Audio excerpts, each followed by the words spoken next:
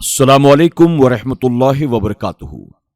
میرے پیارے آقا علیہ الصلوۃ والتسلیم کے پیارے دیوانوں، خاتون جنت حضرت فاطمۃ الزہرا رضی اللہ تعالی عنہا کی کنیزوں، تذکرۃ الانبیاء کے درس نمبر 145 میں آپ تمام کا استقبال ہے۔ ہم سن رہے ہیں اللہ کے پیارے محبوب صلی اللہ علیہ وسلم کے تعلق سے درس۔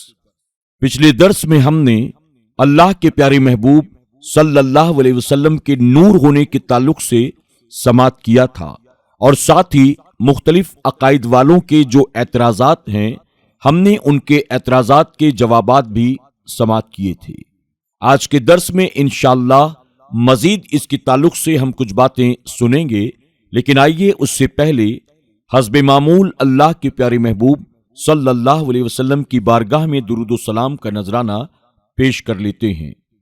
الصلاۃ والسلام علیک یا رسول اللہ، الصلاۃ والسلام علیک یا حبیب اللہ، الصلاۃ والسلام علیک یا نبی اللہ، وعلی آلک واصحابک یا نور اللہ، صلی اللہ تعالی علیہ وسلم۔ نبی کریم صلی اللہ علیہ وسلم پاک نسلوں سے تشریف لائے۔ علامہ امام ابن جوزی نے کتاب الوفا میں کعب بن احبار رضی اللہ تعالی عنہ سے روایت کو نقل کیا کہ جب اللہ تعالی نے محمد صلی اللہ علیہ وسلم کو پیدا کرنے کا ارادہ فرمایا تو جبرائیل علیہ السلام کو حکم دیا تو انہوں نے نبی کریم صلی اللہ علیہ وسلم کی قبر شریف کی جگہ سے سفید مٹی کی ایک مٹھی لی، پھر اسے جنت کی نہر تسنیم کے پانی سے گوندا گیا، پھر اسے جنت کی نہروں میں ڈبایا گیا اور آسمانوں میں اسے پھرایا گیا۔ پس فرشتوں نے آدم علیہ السلام کو پہچاننے سے پہلے ہی محمد صلی اللہ علیہ وسلم کو پہچان لیا، پھر نور محمدی صلی اللہ علیہ وسلم کو آدم علیہ السلام کی پیشانی میں رکھا گیا، جس کی وجہ سے آپ کی پیشانی جگمگاتی تھی، اور آپ کو بتایا گیا کہ اے آدم، یہ تمہاری اولاد میں سے ہوں گے اور تمام رسولوں کے سردار ہوں گے۔ پس جب حضرت حوا کے پیٹ میں شیش علیہ السلام آئے، وہ نور آدم علیہ السلام کی پیشانی سے منتقل ہو کر حوا کے پاس آ گیا۔ حالانکہ حضرت حوا کے بطن مبارک سے دو بچے ہر حمل سے پیدا ہو رہے تھے، لیکن نبی کریم صلی اللہ علیہ وسلم کے نور کو منقسم ہونے سے بچانے کے لیے صرف شیش علیہ السلام ہی اکیلے پیدا ہوئے۔ اس میں حضور اکرم صلی اللہ علیہ وسلم کی کرامت کو مد نظر رکھا گیا۔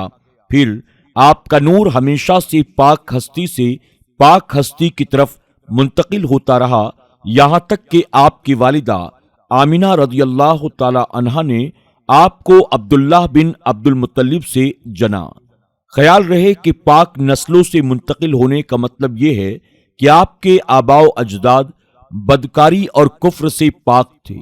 طہارت کو صرف بدکاری کی نجاست سے پاک ہونے کے ساتھ خاص کرنا باطل ہے، بلکہ زیادہ مقصود ہی کفر سے پاک ہونا ہے۔ یہ تفصیل حضرت ابراہیم کے حالات میں دیکھی جائے، وہاں میں نے وضاحت کے ساتھ بیان کر دیا ہے۔ نبی کریم صلی اللہ علیہ وسلم کی دنیا میں تشریف آوری، اکثر اہل علم کا قول یہی ہے کہ حضور اکرم صلی اللہ علیہ وسلم اس سال دنیا میں تشریف لائے جس سال ابرہہ نے ہاتھیوں پر سوار ہو کر کعبہ شریف کو شہید کرنے کی مذموم حرکت کی اور وہ تباہ و برباد ہوا۔ اس سال کو عام الفیل کہتے ہیں، یعنی آپ اس واقعے سے 50 دن بعد تشریف لائے۔ یہ ربیع الاول شریف کا مہینہ تھا اور اس کی 12 تاریخ تھی، پیر کا دن تھا، صبح صادق کا وقت تھا۔ پیر کے دن کو نبی کریم صلی اللہ علیہ وسلم سے تعلق، آپ کی پیدائش پیر کے دن ہوئی، آپ کو نبوت پیر کے دن عطا ہوئی۔ پیر کے دن مکہ معظمہ سے مدینہ منورہ کی طرف آپ نے ہجرت کی۔ پیر کے دن آپ مدینہ منورہ پہنچے۔ پیر کے دن قریش کے نزاع کو مٹانے کے لیے حجر اسود کو اپنی چادر مبارک میں رکھ کر سب قبائل کے سرداروں کو اٹھانے کے متعلق آپ نے ارشاد فرمایا اور خود حجر اسود کو اٹھا کر کعبہ شریف کی دیوار میں نصب کر دیا۔ یہ بھی پیر کا دن تھا۔ مکہ شریف فتح فرمایا پیر کے دن۔ سورہ مائدہ کا آپ پر نزول بھی پیر کے دن ہی ہوا۔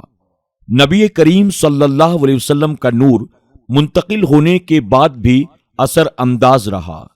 نبی کریم صلی اللہ علیہ وسلم کی پیدائش کے 50 دن پہلے ابرہہ کا واقعہ درپیش آیا۔ اس وقت وہ نور حضرت عبد المطلب سے منتقل ہو کر حضرت عبداللہ کی والدہ کے پاس اور ان سے حضرت عبداللہ کے پاس اور ان سے حضرت آمنہ کے پاس آ چکا تھا، لیکن پھر بھی اس کے اثرات حضرت عبد المطلب کی پیشانی میں موجود تھے۔ حضرت عبد المطلب سوار ہو کر قریش کی ایک جماعت کو ساتھ لے کر ابرہہ کے لشکر کے حالات کا جائزہ لینے کے لیے پہاڑ پر جب چڑھے، آپ کی پیشانی میں نبی کریم صلی اللہ علیہ وسلم کا نور گول چاند کی طرح ظاہر ہوا اور اس کی شعاعیں چراغ کی طرح کعبہ شریف پر پڑیں۔ جب عبد المطلب نے یہ حال دیکھا تو آپ نے کہا، اے قریش کی جماعت، واپس لوٹ چلو، یہی تمہارے لیے کافی ہے۔ قسم ہے اللہ تعالیٰ کی، یہ نور میری پیشانی میں جو چمکا ہے یہ ہماری کامیابی کی دلیل ہے۔ آپ کے نور سے شام کے محلات روشن ہو گئے۔ حضرت ارباز بن ساریہ سے روایت ہے کہ رسول اللہ صلی اللہ علیہ وسلم نے فرمایا، میں اللہ تعالیٰ کے یہاں اس وقت بھی خاتم النبیین لکھا ہوا تھا جب آدم علیہ السلام کیچڑ میں تھے، یعنی آپ کا خمیر تیار کیا جا رہا تھا۔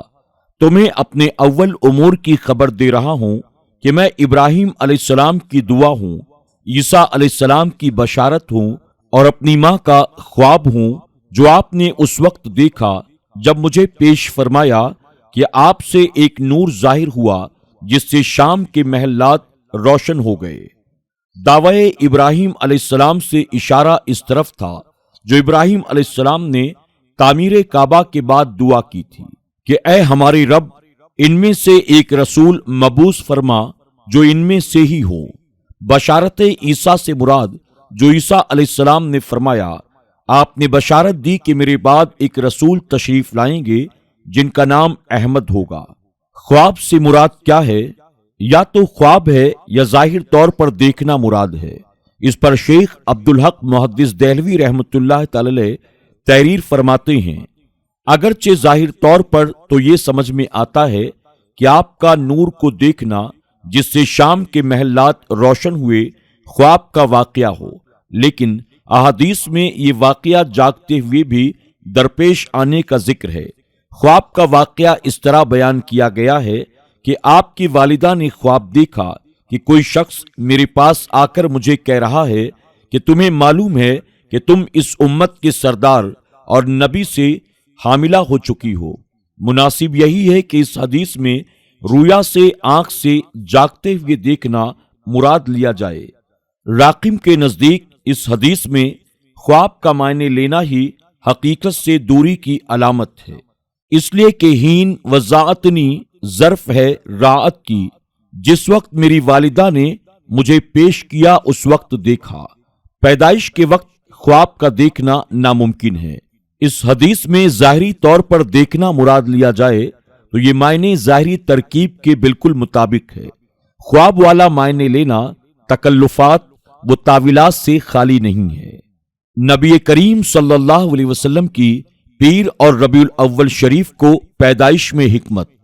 اگرچہ بظاہر عقل کا تقاضا یہ ہے کہ نبی کریم صلی اللہ علیہ وسلم کی ولادت رمضان المبارک میں ہوتی، کیونکہ اس میں قرآن پاک نازل ہوا، اس میں لیلۃ القدر بھی ہے، لیکن ایسا نہیں ہوا۔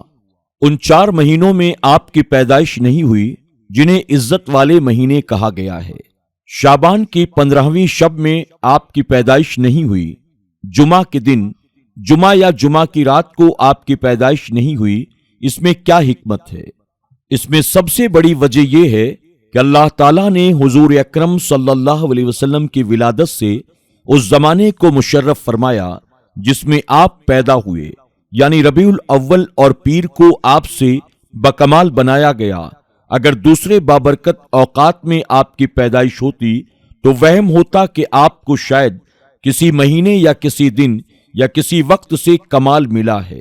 اور وجہ یہ ہے کہ ربیع موسم بہار کو کہتے ہیں جو تمام موسموں سے عدل ہے اور احسن ہے۔ آپ کو ربیع الاول میں پیدا فرما کر اشارہ کیا گیا کہ آپ کی شریعت تمام شریعتوں سے معتدل ہے اور اس میں افراط ہے نہ تفریط، یعنی بہت سختیاں بھی نہیں جیسے موسیٰ علیہ السلام کی شریعت میں تھی، اور بہت نرمیاں بھی نہیں جیسے عیسیٰ علیہ السلام کی شریعت میں تھی۔ پیر کو آپ صلی اللہ علیہ وسلم کے پیدا ہونے میں یہ حکمت ہے کہ اللہ تعالیٰ نے پیر کو تمام درخت پیدا کیے، گویا کہ انسانوں کا رزق، پھل، سبزیاں وغیرہ جن پر انسانی زندگی کا دار و مدار ہے وہ پیر کو پیدا ہوئے، تو آپ کو بھی اس دن پیدا کر کے اشارہ فرما دیا کہ آپ کی ذات بھی انسانوں کی روحوں کو زندگی بخشنے کا ذریعہ ہے۔ جس طرح رزق کے بغیر انسان کا زندہ رہنا محال ہے، اسی طرح آپ کے بغیر ارواح کی بقا نہیں ہے۔ میرے پیارے آقا علیہ الصلوۃ والتسلیم کے پیارے دیوانوں، خاتون جنت حضرت فاطمۃ الزہرا رضی اللہ تعالی عنہا کی کنیزوں، آج کے درس میں بس اتنا ہی۔ انشاءاللہ مزید کچھ باتیں حضور اکرم صلی اللہ علیہ وسلم کی ولادت کے تعلق سے ہم کل کے درس میں سماعت کریں گے۔ تب تک کے لیے ہمیں اجازت دیں۔ السلام علیکم ورحمۃ اللہ وبرکاتہ۔